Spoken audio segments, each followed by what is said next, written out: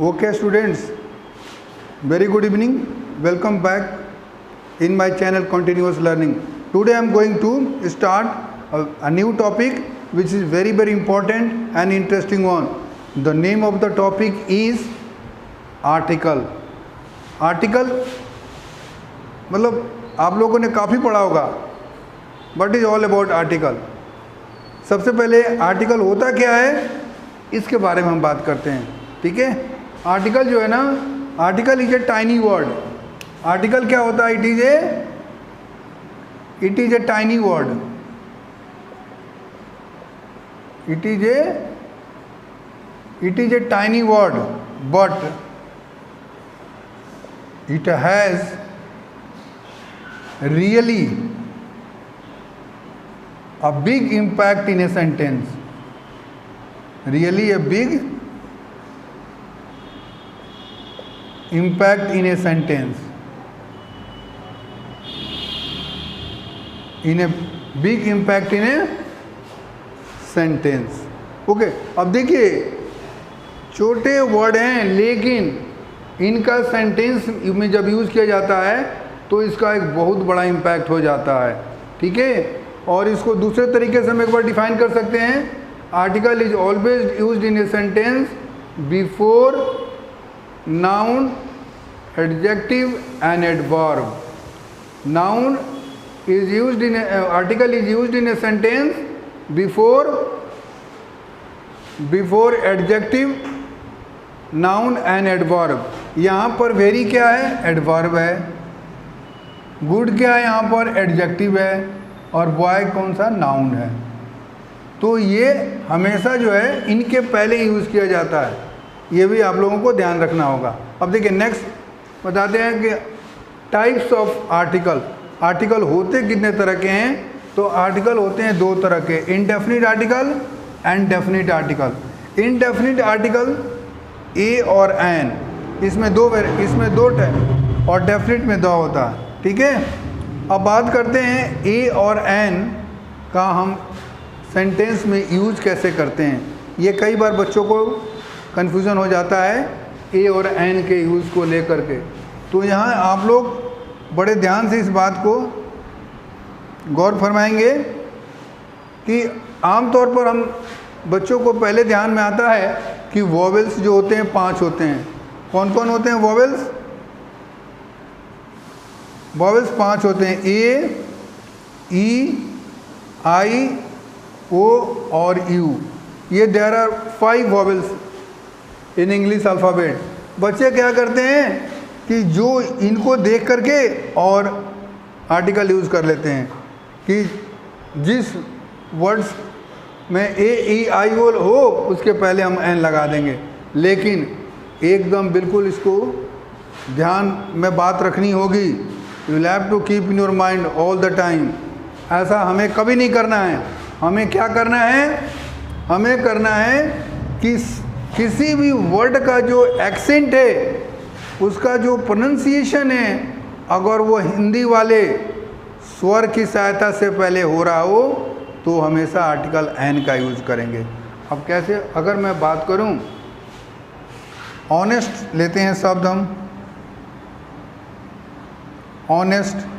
Honest में तो H लगा हुआ है पहले. ये तो कॉन्सोनेंट है, लेकिन जो उच्चारण हम करते हैं तो ये होता है ऑनेस्ट. यहाँ पर हिंदी वाला स्वर आ है, तो इसीलिए जब हम इसको सेंटेंस में यूज़ करेंगे तो एन ऑनेस्ट मैन, एन. अब दूसरा एग्जांपल लेते हैं आवर का. यहाँ भी सिमिलर सिचुएशन है, आवर. अब यहाँ पर भी जो ये हिंदी वाला स्वर आ लगा हुआ है, तो यहाँ पर भी हम अगर इसको यूज़ करेंगे तो एन आवर होगा, ना कि ए आवर होगा, जबकि यहाँ पर एच पहले से लगा हुआ है. फिर ये हमें समझना है कि किसी भी शब्द के उच्चारण पर हमें ध्यान देना है, उसके एक्सेंट को देखना है, प्रोनंसिएशन को देखना है. अदरवाइज अगर हम इंग्लिश वाले वोवेल्स के तरफ ध्यान देंगे तो मिस्टेक्स आर सर्टेनली देयर. तो you will have to be very careful while making use of the article a and an. Okay, तो there are some other circumstances,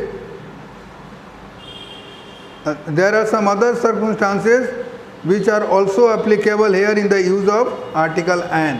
अब हमें ध्यान दे रहना है कि और कौन कौन से सिचुएशंस हैं जहाँ पर हमें आर्टिकल एन का यूज़ करते हैं. अब देखिए, चूँकि इंग्लिश में 26 अल्फ़ाबेट्स हैं, 26 अल्फ़ाबेट में 8 जो अल्फ़ाबेट्स होते हैं उनका उच्चारण जो होता है वो हिंदी वाले स्वर की सहायता से होता है. माने जैसे ही उस शब्द का हम उच्चारण करेंगे तो जैसे ही उनका उच्चारण करेंगे वैसे हिंदी वाले शब्द, जैसे अगर हम बात करते हैं एफ को लेते हैं, एच को लेते हैं, F H L M N R S X, 1 2 3 4 5 6 7 8, ये 8 जो लेटर्स हैं अल्फ़ाबेट्स, ये जैसे ही हम इस शब्द का उच्चारण करते हैं तो हिंदी वाला जो स्वर की ध्वनि सुनाई देती है. तो ये हमें ध्यान रखना होगा कि जैसे हिंदी वाले स्वर की ध्वनि सुनाई देगी वैसे हम आर्टिकल का यूज़ एन वाला करेंगे. अब एग्जाम्पल से इसको समझने की कोशिश करते हैं. जैसे अगर हमने लिखा FIR,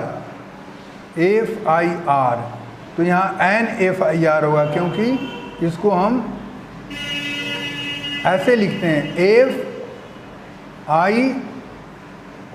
FIR. तो यहाँ पर क्या हो गया, F में A पहले लगा हुआ है इसलिए यहाँ पर N आ गया. ठीक है. उसी तरह से अगर हम लिखते हैं HIG, तो यहाँ पर भी HIG को हम कैसे लिखेंगे, HIG.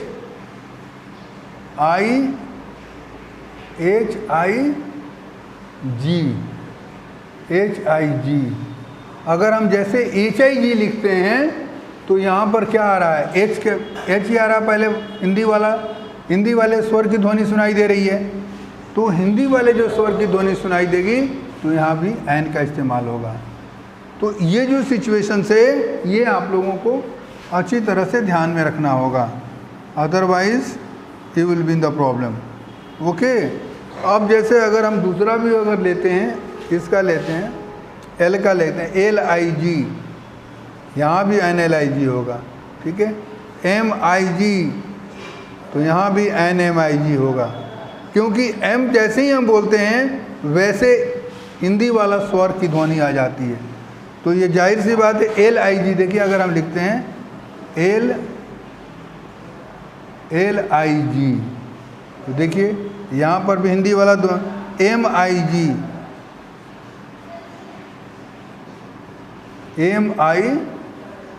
तो यहाँ भी हिंदी वाला है.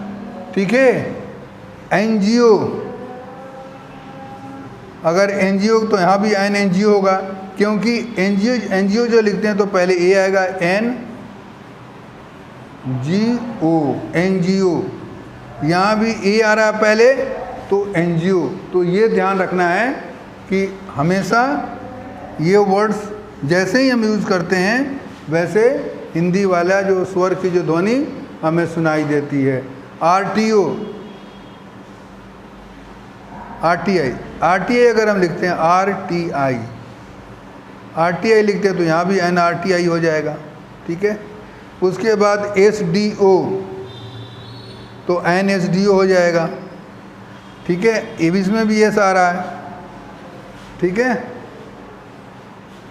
उसी तरह से नेक्स्ट लिखते हैं एक्समस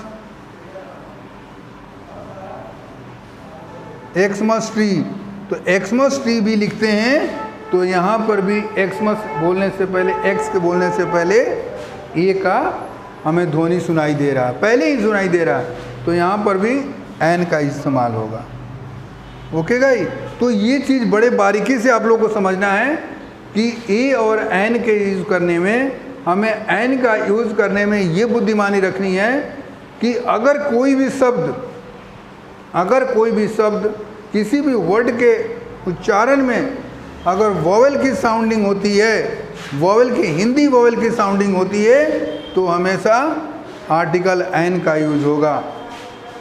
ओके, तो आज का सेशन इतना ही करते हैं। We come to the end of the session. Remaining जो पॉइंट्स हैं इस टॉपिक के related, I will discuss all those things in the next video. लेकिन आप लोगों से रिक्वेस्ट, हमेशा आप लोगों से यही रिक्वेस्ट है कि आप लोग वीडियो को लाइक करें, शेयर करें, सब्सक्राइब करें और बेल आइकन को प्रेस करना कभी ना भूलें, ताकि रेगुलर वीडियो का नोटिफिकेशन आप लोग को मिलता रहे। Okay, thank you very much all of you.